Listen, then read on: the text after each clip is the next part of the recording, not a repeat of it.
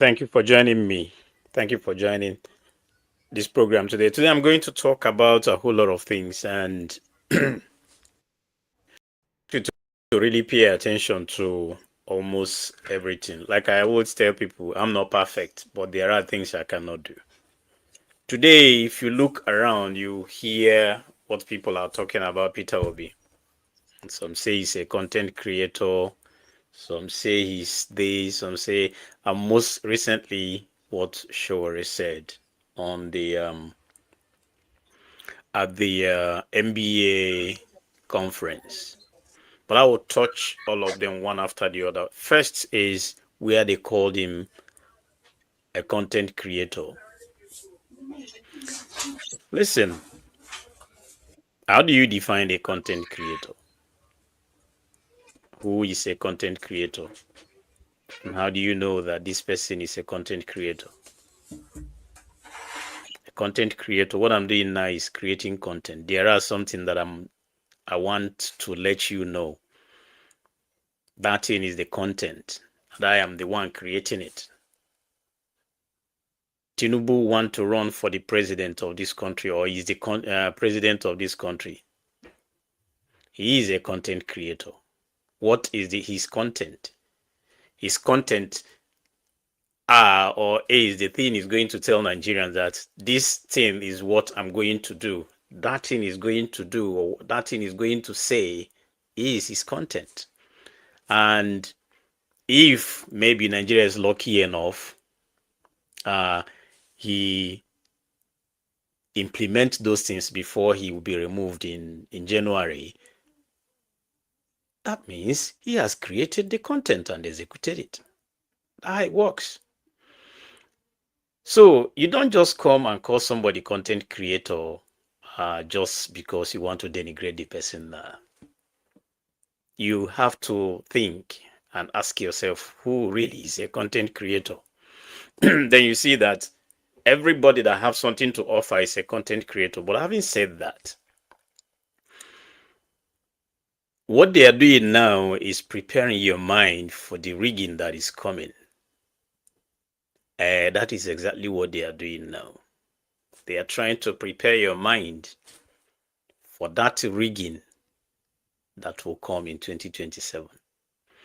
So when they are rigging, you will not have that mind to say, no, Peter Obi won the election, because they've already prepared your mind that Peter Obi is a content creator, therefore he's not really serious.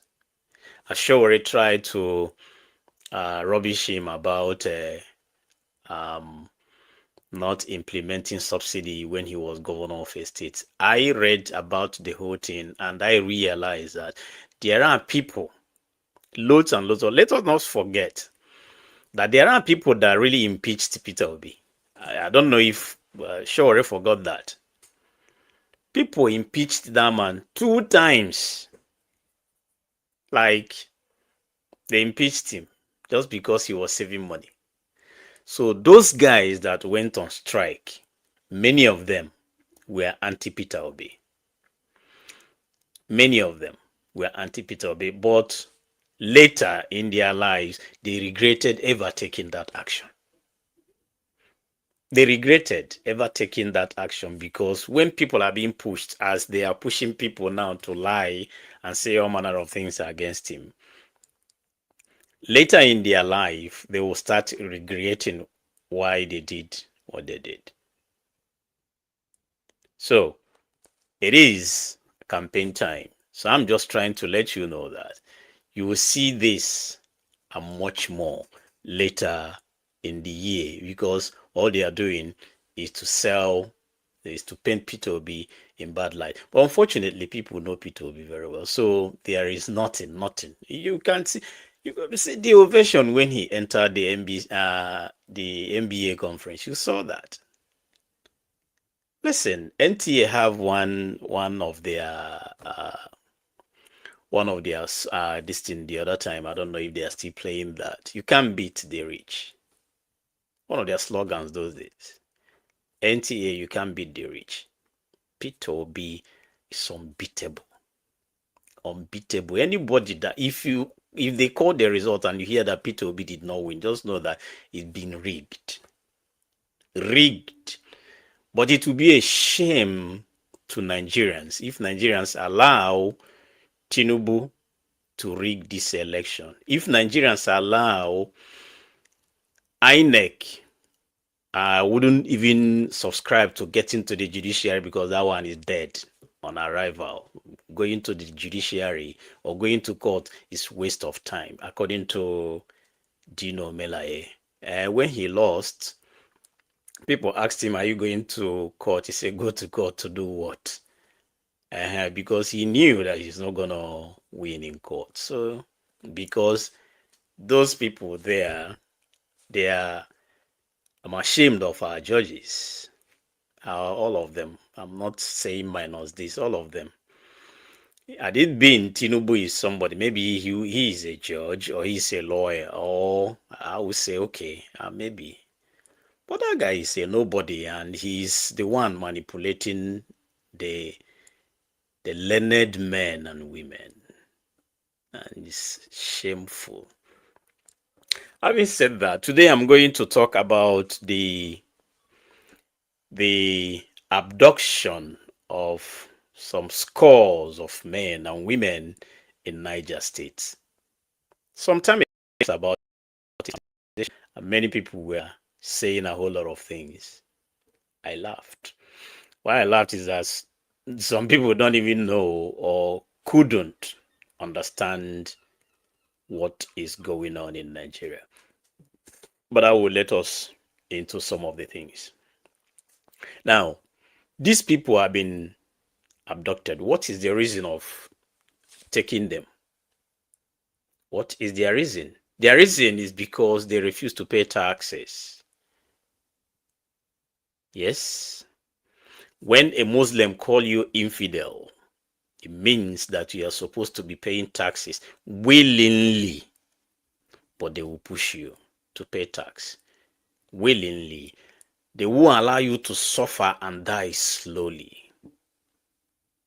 So these are Christians and moderate Muslims who refuse to add this their extremism to the Quran they are reading. Many of them are Christians and moderate Muslims who refuse, I repeat, who refuse to add bye-bye to the Quran, trying to justify what they are doing. Those are the people they abducted. Remember, they sent messages to them to be prepared, to keep their taxes for them, or they will be taken. They are taken. Scores of them, many of them, too many of them are taken. And as I'm talking to you now, there is nothing anybody can do about it. Nigerian government will start negotiating again, and maybe it will take another 2, 3, 4 months before those ones will be released. That brings me to why any right-thinking human being should not vote APC or Tinubu. That is why I am saying that no right-thinking human being should vote for APC or Tinubu, because they know how to stop terrorism, but they are not going to stop it. They know that Muslim ticket is the worst thing that could happen to Nigeria, but they implemented it and they are doing it for the second time. Maybe the first time would have been a mistake. Maybe he's running with a Christian now. People will say, okay, maybe the first time he did it, it was just a mistake. But he looked Nigerians in the face, especially Christians. He looked Nigerians in the face and tell them, you either take it or you leave it. I will win anyways, whether you vote or not. It is a slight sense, whether anybody likes it. It is this thing happening and everybody's going about their normal duties, as if nothing happened. As if nothing is going to happen. As if it's normal. Yes, to them it's very, very normal. But to Christians, it's a slap on you guys. Very big one at that They don't care whether you believe in what they are doing or not.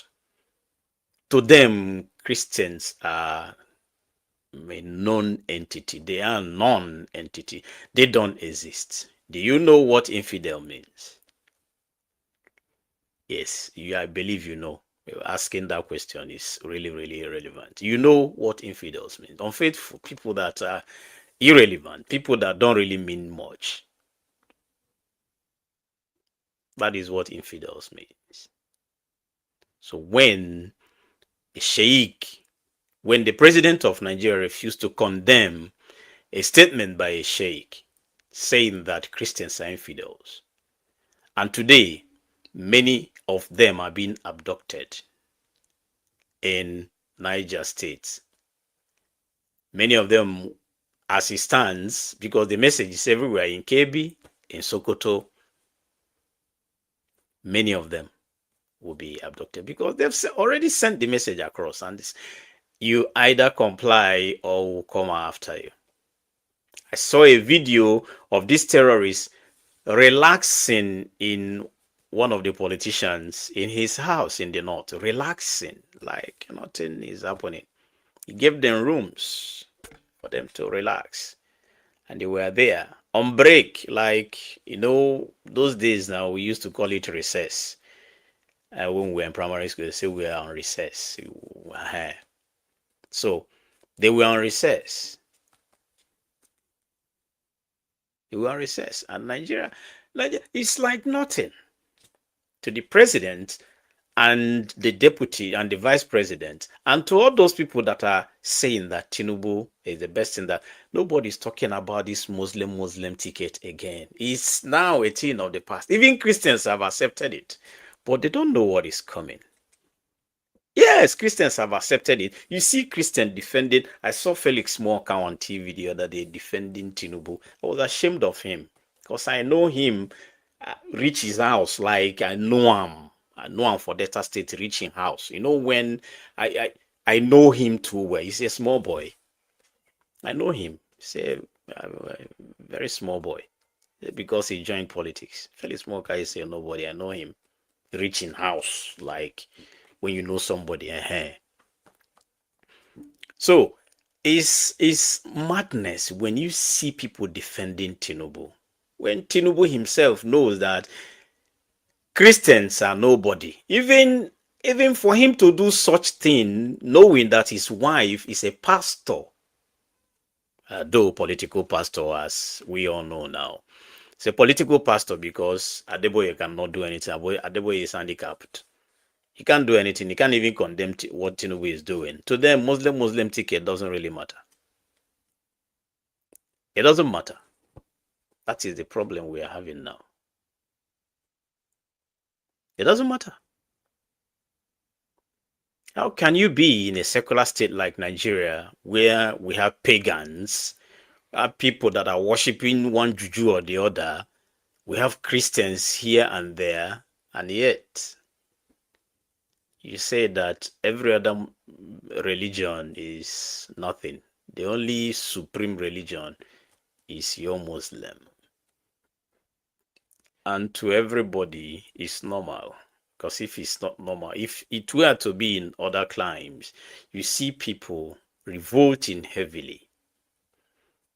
Heavily, when I mean heavily that will make him to change his mind. But Nigeria, we accept everything. We accept everything. To us, it's politics now. It is not politics. It is not politics. It's more than that. And it's coming very fast. The only thing that is going to stop these people is if he loses in 2027. And he's not going to go away easily. No, now, if he loses in 2027, what they planned in 2023 will be ignited. The blood of baboons and will flow in the streets of Nigeria. Nigerians don't know what is coming. No, Nigerians don't know. We think 2027 is just like that. No. Are you aware Or do you know why he's still keeping El-Rufai in prison? You don't know why he's keeping El-Rufai in prison, I will tell you. It's because El-Rufai is against what he's about to do in 2027 when he loses. El-Rufai want to expose him to El-Rufai have started talking already. So he's seeing it as a very bad omen. That's why he incarcerated that man, because he doesn't want El-Rufai to expose him. That's one of the things that made him to stop, to keep him there. The bail options make it so bogus that the man cannot even pay. That man will be there for a very long time. A very long time. And Nigeria should be ready. If he loses, he's going to activate that. But Nigerians will still resist. Nigerians will resist him by all means. By all means, Nigerians will resist him. So whether anybody likes it or not, it's up to Nigerians to decide. To decide and say, we are not accepting this madness anymore.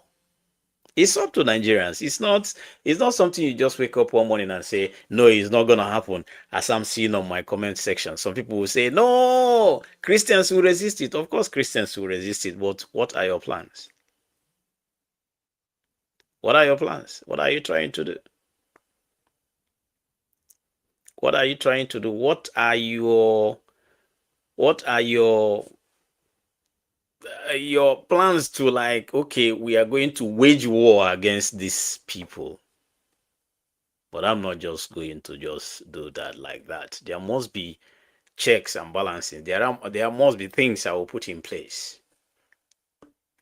Again, voting APC and Tinubu is what Muslims call haram. It's forbidden.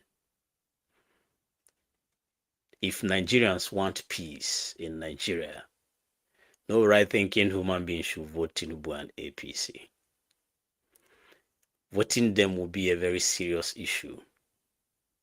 Voting them is bringing Nigeria to its knees. Voting Tinubu again means Nigeria is gone, vanished in the surface of the earth. I've never seen a country that is so reluctant to fraudster like. Where do I start? Is it from his certificate, or is it from nothing that is working in the regime of Tinubu? Nigerians are suffering, and he paid some actors to come and defend his lies. He paid some actors to come and say all manner of things that will make him. Who are you trying to convince? Are you trying to convince Nigerians that are in Nigeria, or are you trying to lie to Nigerians that are in Nigeria? Because I don't get it. Because Nigerians know, you can't tell a Nigerian that, okay, they are selling petrol 198 naira before you took over, and today the petrol is 1,500 in some areas, 1,300 and 1,200, and you say you are working. The first thing you would have done is to make sure that, okay, you made it at 198 naira. You would have reduced it to at least 150 naira. Then you will tell Nigerians that, listen, I made this thing at I'm just giving an example. I made this thing at 1,000 at 198 naira, and I reduced it to 150 naira. And I'm planning to reduce it again to 100 naira in 2027 if you vote me. If I win election, if I win the 2027 presidential election, and Nigerians will see what you've done. I'm just giving an example. It's very simple. I'm just giving an example. Nigerians will say, yes, so not true. When this guy took over, our fuel was 198 naira. That's what we are buying. But today it's 150 naira. That means he did something. If we give him chance, we can be getting this thing by 100 naira, as he's saying. Let's give him chance. Because there is tangible evidence. Nigerians can see what you did. But you cannot tell somebody who was buying fuel 198 naira and now buying it for 1,500, and you want him to vote for you so that you still increase the fuel to 2,000 naira. You want the person to clap for the oppressors. No, it's not done that way. It's not. You can't be suffering Nigeria and you still expect them to vote for you. Vote for you for what? What are you going to convince them with? Nothing at all. So nobody is voting for you. Nobody. I'm not. Listen, if anybody wants to vote for, I want that person to convince me why you are voting for him. UK Prime Minister was removed just because of one mistake. Because he appointed somebody who had something to do with the pedophile in US. And he never came out of it. Keir Starmer, I mean. Keir Starmer never came out of that. It just minor mistake. But this guy sacked somebody, Mata Edu, sacked somebody because there was some fraud in her dealings, about 500 million or billion or thereabout. You know, though she's not been convicted, but you removed him from your cabinet. Say no, you cannot, and now you're bringing her in to be part of your campaign. I'm not against that. If you like, bring the whole thieves in Nigeria to be your campaign members or whatever. I'm not against that. What I'm saying, what I'm just trying to let you know is it justifiable that you sacked somebody or you relieved him of her duty, maybe until court pronounce him guilty or not? Okay? Then you are bringing her in to be part of your campaign. What are you telling Nigerians? What are you telling them? And you that is watching me, be the judge. The same thing with Olejeme. Am I even blaming Tinubu? She Ohaneze is praising Tinubu. Ohaneze Ndibo is praising Tinubu for bringing Ngozi Olejeme as part of the campaign team. These people must be ashamed of themselves, honestly. I don't know what is going on in the, believe me, I don't know. I don't know. I find it difficult to really believe what is going on. I find it very, very difficult to understand why most things are happening. I don't get it. I don't. It's very difficult for me to really understand why these things are happening. Why anybody in his right senses or her right senses will vote for Tinubu again. Those people that collected 15,000 that period, 2,000, sure you are still eating that money till date. Yeah, let me believe that that money is still increasing. A man that don't really know how to invest in people, a man that don't know how to make 1 million naira to become 5 million, a man that have no plan to develop Nigeria, a man that don't even think of the future of this country. A right-thinking leader will not talk about borrowing for consumption. And his finance minister said that the Abu Dhabi loan, that he's not going to disclose to Nigerians what that money is meant for. I mean, this one is even enough to disqualify these guys. It's enough for Nigerians to say, we know they do again. It's enough. Unfortunately, the kind of country we have today is polarized, where younger ones believe that all those people with big tummy and big belly are the ones that are supposed to be politicians. That politicians are not for young ones. That's why some people are just don't see anything good in politics, and some idiots are the ones running the the affairs of Nigeria. And tomorrow you will start complaining that the country is not okay.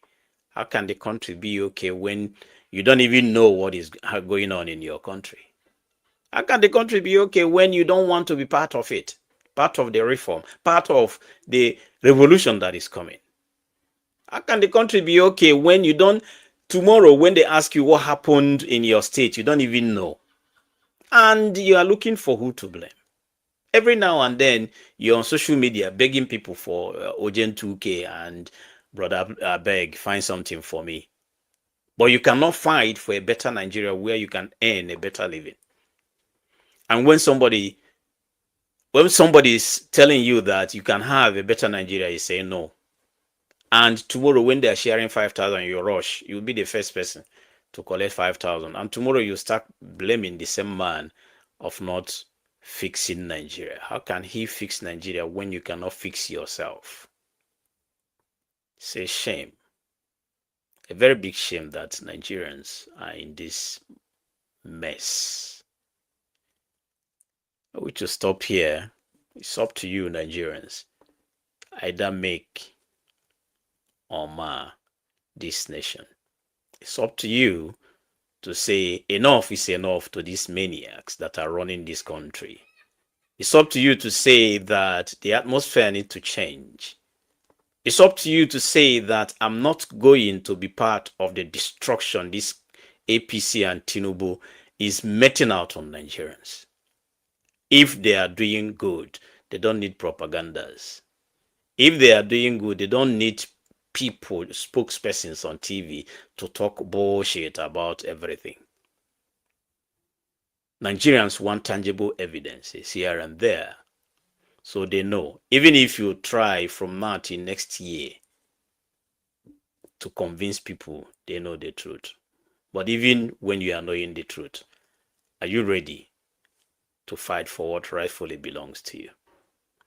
My name is Hyacinth, and this is the Hyacinth Network. Thank you for listening to me. May God bless you. And may God bless the Federal Republic of Nigeria.